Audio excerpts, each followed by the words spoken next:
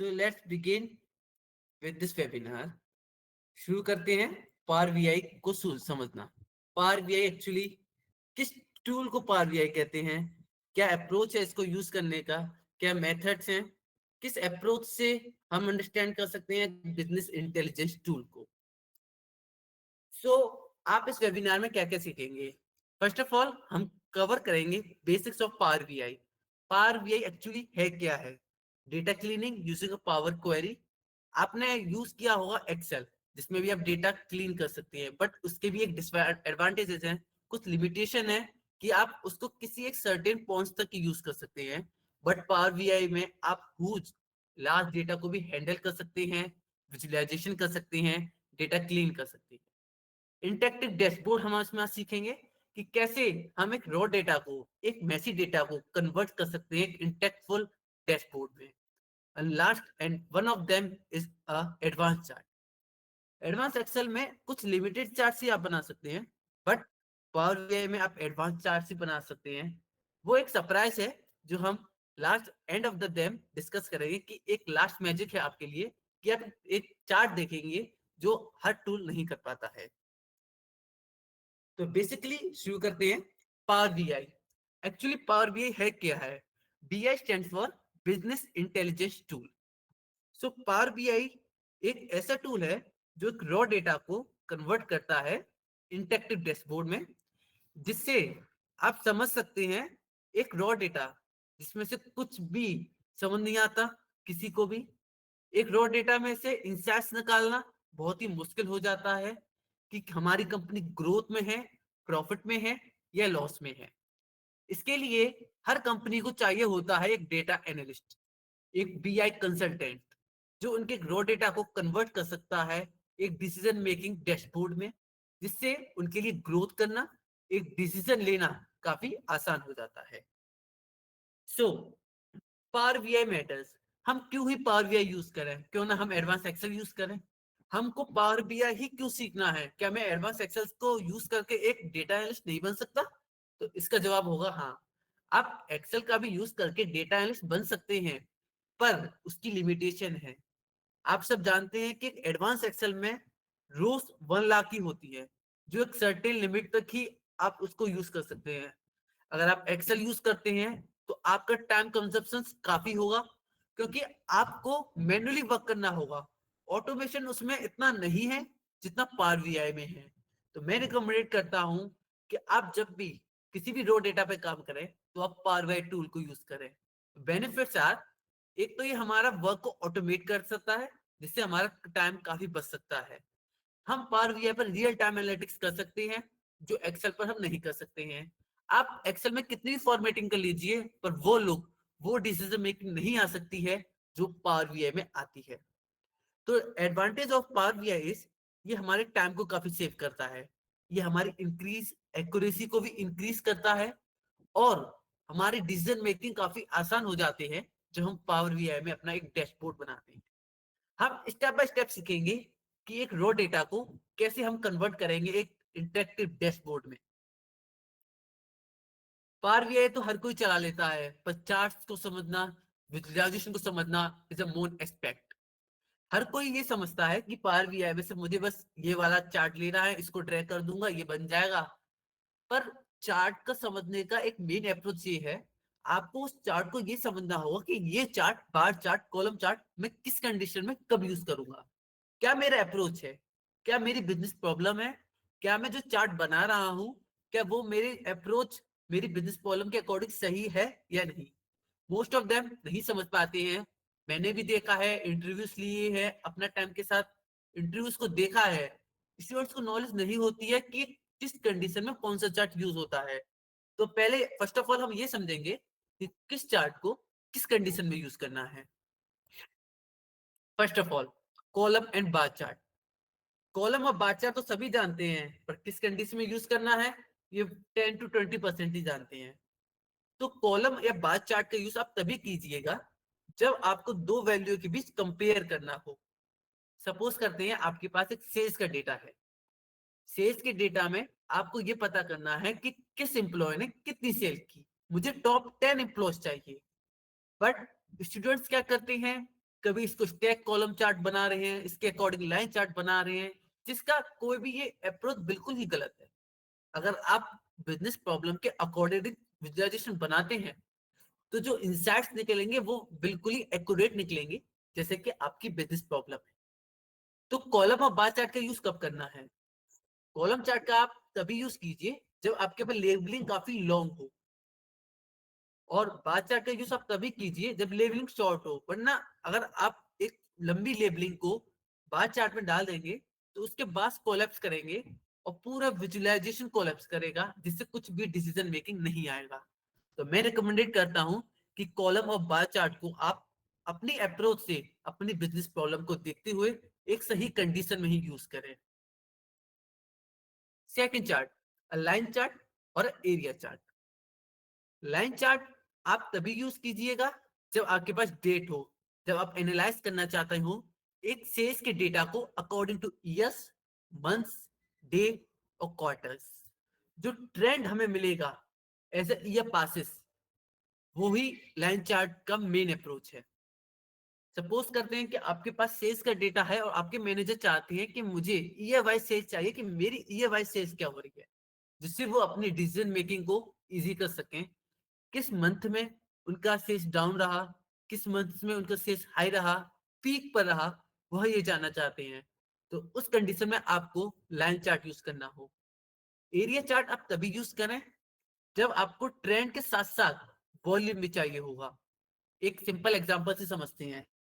एक कोई सेल्स की कंपनी है, आपके मैनेजर ने आपको बुलाया और कहा कि मुझे 1 ईयर की सेल्स चाहिए, प्लस उस 1 ईयर में हमारी कंपनी में कितने न्यू कस्टमर ऐड हुए, मुझे उस वो भी चीज समझनी है। तो इसके लिए आप एरिया चार्ट का यूज कर रहे हैं। ये आपको ट्रेंड तो दिखाएगा दिखाएगा, पर जैसे आप इसमें देख रहे हैं शेडेड जो रीजन है वो दिखा रहा है कि वॉल्यूम, आपकी कंपनी में कितने नए एम्प्लॉयज ऐड हुए हैं, शेडेड एरिया वह रिप्रेजेंट करता है। सो पहले मैं जानना चाहूंगा बिफोर गोइंग अपार्ट, आपको जितना भी मैंने दो चार्ट के बारे में समझाया सबको क्लियर है? किसी को किसी प्रकार का कोई डाउट है तो प्लीज रेज योर हैंड, जिससे हम स्टेप बाय स्टेप क्लियर करके चलें सारी चीजें। अगर आपका क्लियर है तो please thumbs on.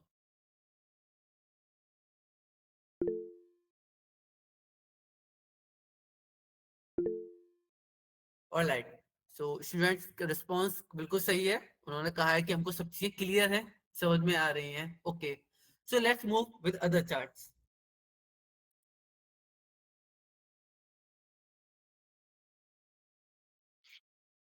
Then third thing is donut chart और pie chart. Mostly people students क्या करते हैं, किसी भी कंडीशन में पाई चार्ट लगा देते हैं, डोनट चार्ट लगा देते हैं।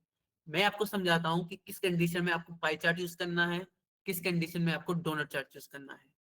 पाई चार्ट, सपोज करते हैं आपके पास एक डेटा है। अब उस डेटा में आपको चाहिए कि मेरी इस कंपनी में कितने मेल्स हैं और कितने फीमेल्स हैं, उनका परसेंटेज चाहिए। कब आप पाई चार्ट या डोनट चार्ट का यूज करें, बट इसमें भी एक कंडीशन है।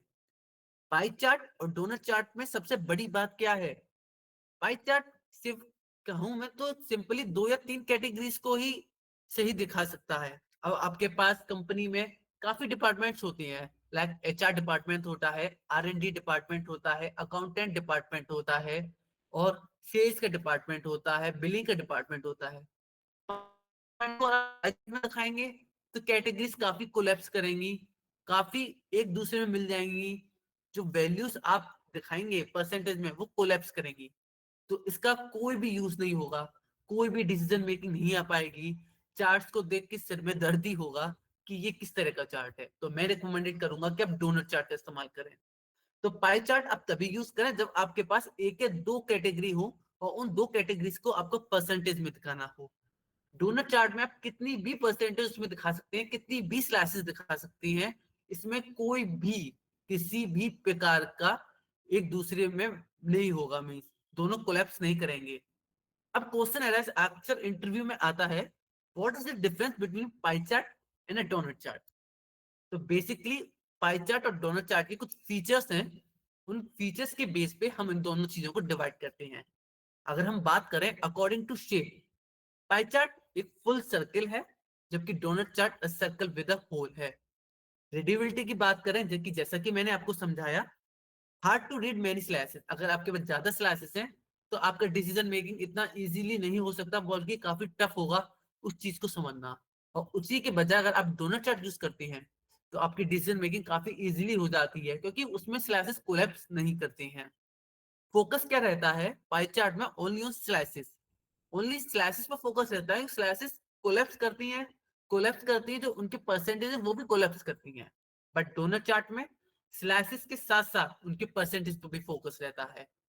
पाई चार्ट एक ट्रेडिशनल लुक है जो पुरानी कंपनी यूज करती हैं, but in today present MNCs companies, startups company अब यूज कर रही हैं डोनट चार्ट्स को, क्योंकि उनके पास ह्यूज डेटा है, काफी कैटेगरीज हैं, और उनको यूज करने के लिए वो रिकमेंडेड करती हैं donut chart.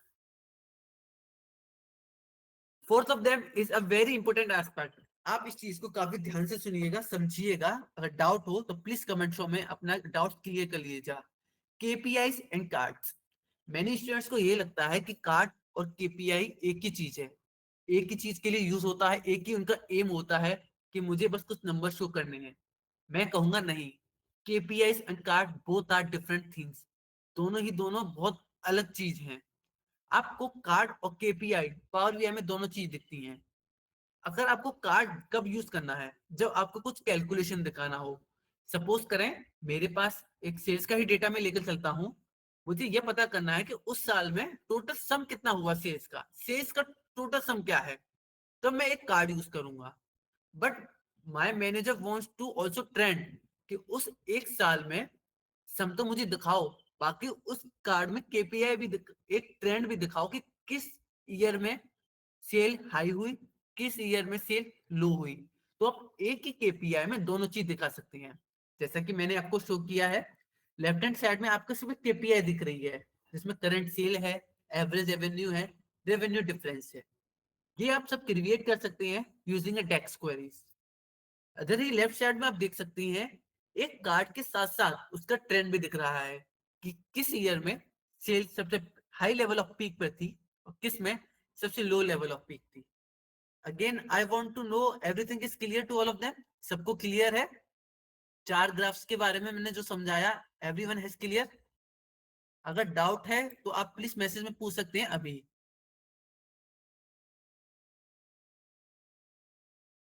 Okay, correct. Let's, okay, good. So let's move with other charts. हम अदर चार्ट पे भी बात करते हैं।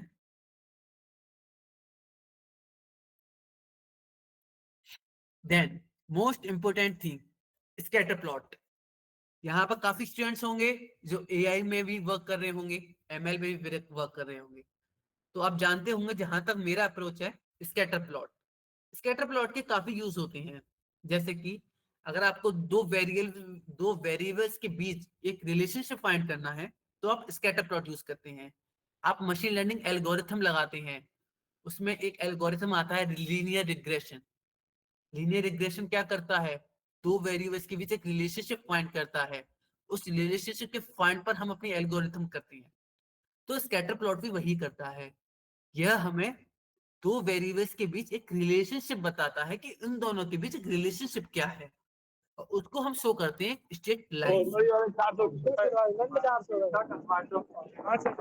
व्हाइट सूट तो हल्का में लग रहा है, अच्छा सूट की तरह यही से करते हैं। आई रिक्वेस्ट यू प्लीज अपना माइक ऑफ कर लीजिए प्लीज। मैं लिया जब हल्का में लग रहा है, खिड़की लगाते हैं। गुप्ता राज जी प्लीज अपना माइक ऑफ कर लीजिए। हाँ हाँ ओके ओके, अपना मैं बंद करता हूँ। अगले दिन सब चलाएंगे।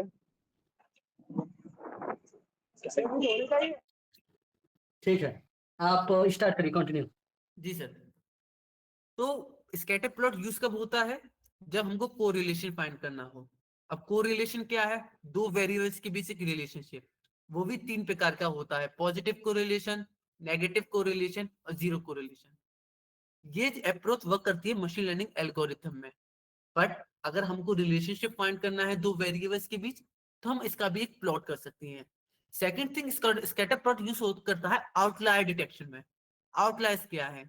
हमारे पास एक रॉ डेटा है, जिसको हम प्लॉट करते हैं तो कुछ सर्टेन पॉइंट्स आपने देखे होंगे शो करते हैं जो उस रॉ डेटा के अपोजिट जा रहे होते हैं।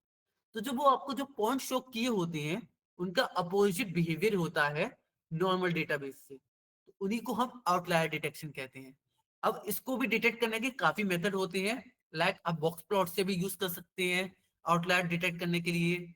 आप IQR मेथड यूज कर सकते हैं, inter quartile range method, Q3 minus Q1, जिससे आप आउटलायर डिटेक्ट कर सकते हैं। तो ये बेसिकली अप्रोच चला जाता है मशीन लर्निंग की तरफ।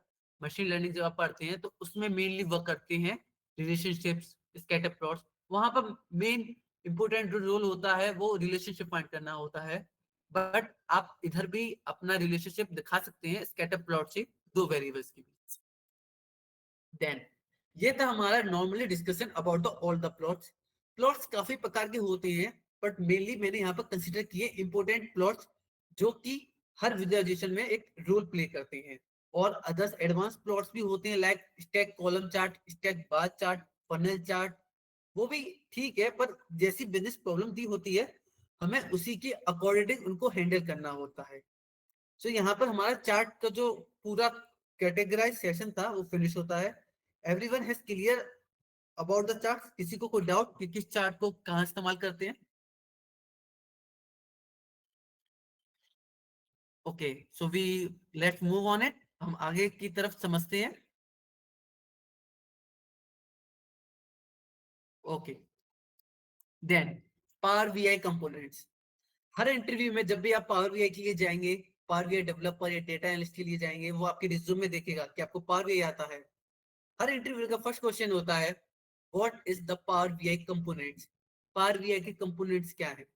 मींस आपको थ्योरी तो आप कहीं से भी पढ़ सकते हैं, यूट्यूब से पढ़ सकते हैं, पर प्रैक्टिकल नॉलेज हर कोई प्रोवाइड नहीं कर सकता। अपना टाइम आपको फुल प्रैक्टिकल नॉलेज प्रोवाइड करता है। थ्योरी तो आप कहीं से भी कवर कर सकते हैं, मोस्टली बूट कैंप्स आपको थ्योरी प्रोवाइड करते हैं, बट हम आपको यहाँ प्रोवाइड करेंगे practical knowledge with advance skills.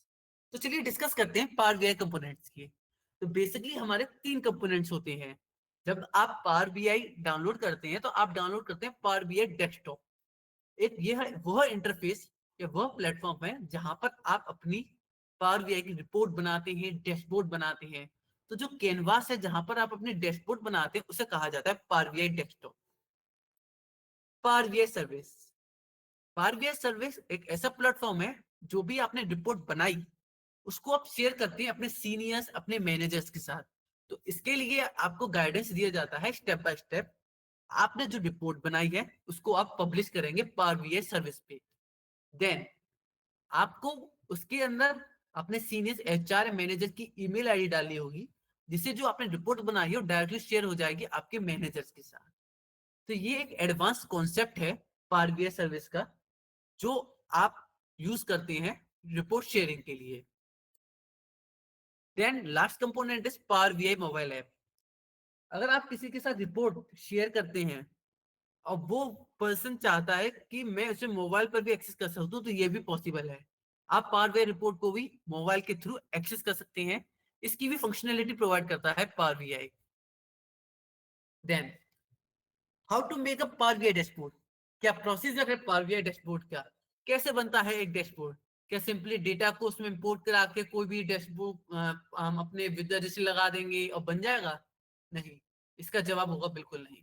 इसका भी एक प्रोसेस होता है कि एक पावर बीआई रिपोर्ट और डैशबोर्ड कैसे बनता है। फर्स्ट ऑफ ऑल आप क्या करते हैं, लोड द डेटा।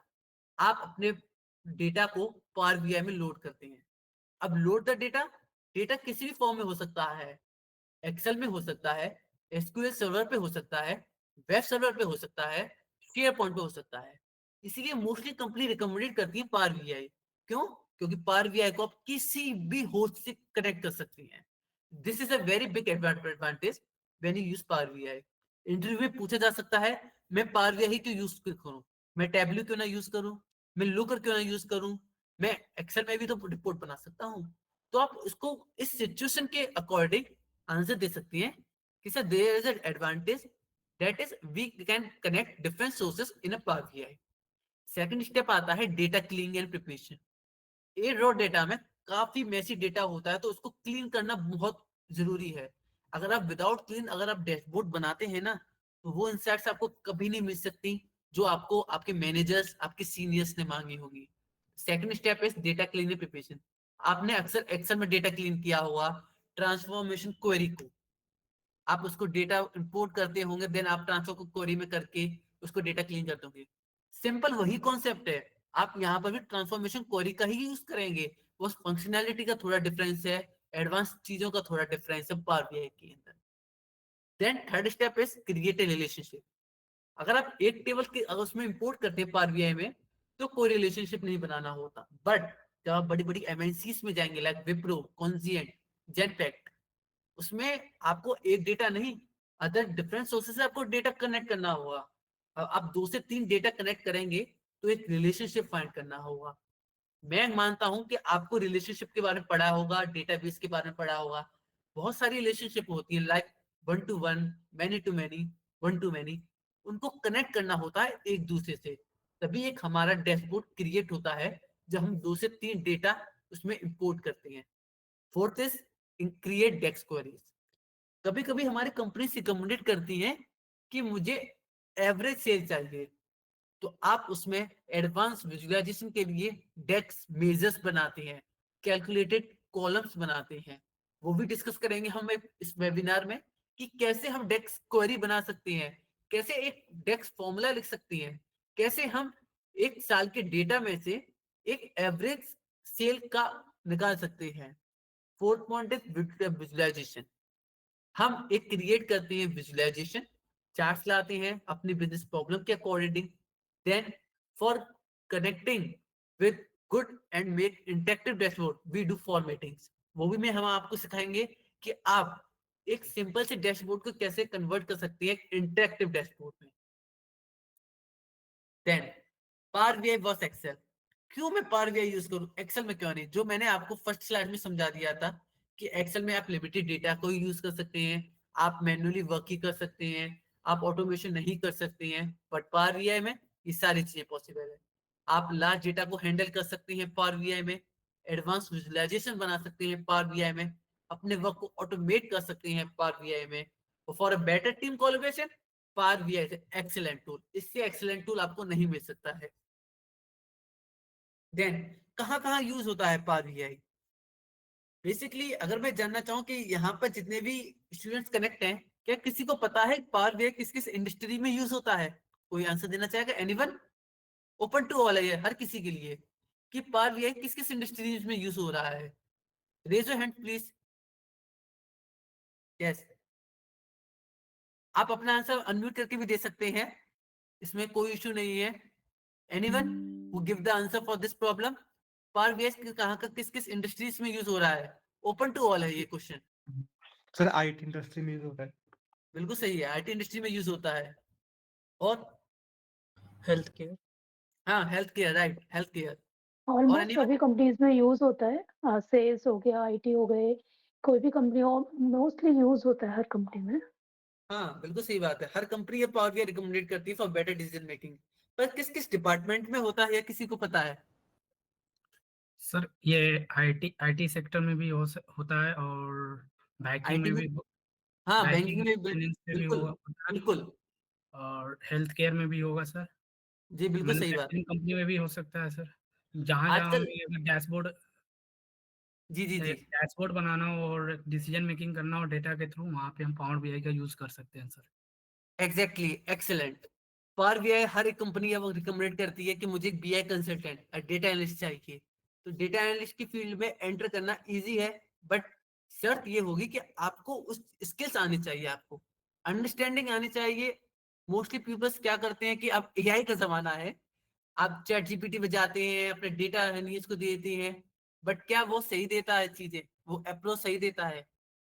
आपका काम आसान हो सकता है, बट आपके अंदर क्रिएटिव माइंड, क्रिएटिव थिंकिंग, क्या वो क्रिएट हो पाएंगे अगर आप एआई पे डिपेंड रहेंगे? तो एआई, मैं ये नहीं कहता एआई का यूज ना करें, बट एआई को कॉपी पेस्ट करना ये बहुत गलत होगा।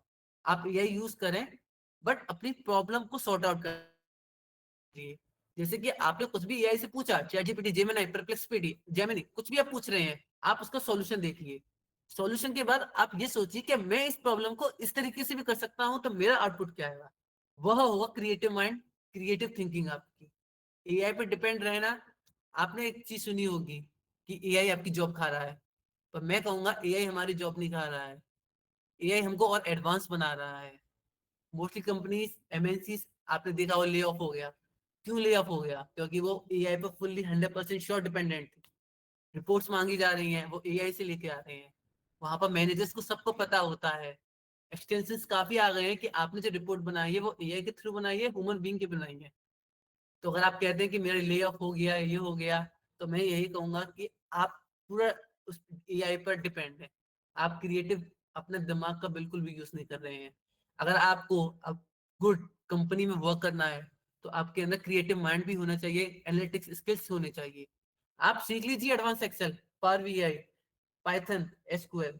मैं श्योर आपसे कह सकता हूँ कि आपकी जॉब कहीं नहीं जाएगी, बट स्किल्स आपके पास होनी चाहिए। ओके, देन हमारी जो रियल टाइम इंडस्ट्रीज में जहां पर पावर यूज होता है वो रिटेल्स में हो रहा है, बैंकिंग में हो रहा है, एचआर में हो रहा है, लॉजिस्टिक्स में हो रहा है, फाइनेंस में हो रहा है, और फार्मा में तो बहुत ज्यादा हो रहा है। क्योंकि फार्मा के पास बहुत सारा डेटाबेस है। कहाँ क्या करें डेटाबेस का?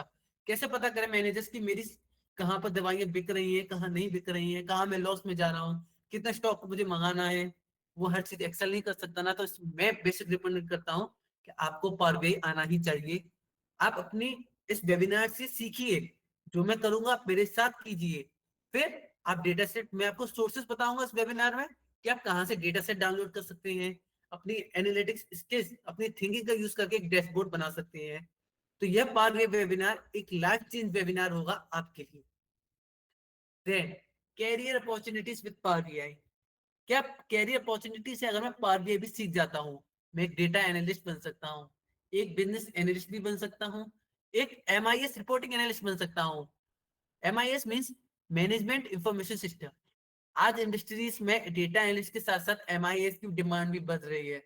भले ही उसमें पैकेज थोड़ा नहीं है जितना डेटा एनालिस्ट को मिल रहा है, बट अगर आप स्टार्टिंग करते हैं तो आप एमआईएस से भी कर सकते हैं। अब कंपनी रिकमेंड करती है एक्सेल ही नहीं, उनको पावर बीआई भी एक ऐसा एम्प्लॉय चाहिए जिसको पावर बीआई भी आए। तो मैं रिकमेंड करता हूँ कि आप पावर बीआई को पूरा सीखिए, बिल्कुल सीखिए, बेसिक टू एडवांस सीखिए। इस वेबिनार के साथ साथ अपना टाइम नेक्स्ट वेबिनार भी लॉन्च करेगा जहां पर आपको पावर बीआई की एडवांस चीजें सिखाई जाएंगी।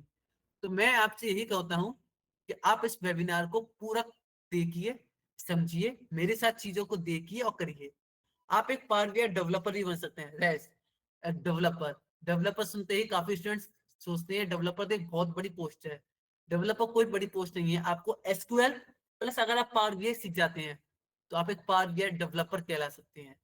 स्टार्टिंग पैकेज की बात करें, अगर आपको एक्सपीरियंस 3 to 6 मंथ्स भी है तो आपको आराम से 4 LPA की जॉब मिल सकती है। और आपको एक्सपीरियंस है 3 to 5 years का, तो आपका पैकेज जाता है 15 LPA to 20 LPA और more than 20 LPA। This is very great news guys कि हमारा पैकेज, हम समझते हैं कि ओनली 4 LPA 3 LPA पे जॉब है, नहीं। एमएनसीज में जाइए, वहां अप्लाई कीजिए, वहां अपने स्किल्स को दिखाइए कि मेरे पास ये है।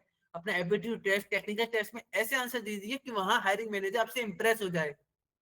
उसकी सैलरी 15 to 25 LPA तक भी जा सकती है। आप डेटा एनालिस्ट बन सकते हैं, business analyst, senior business analyst, data analyst, power BI developer, then a manager और a team leader in a data field.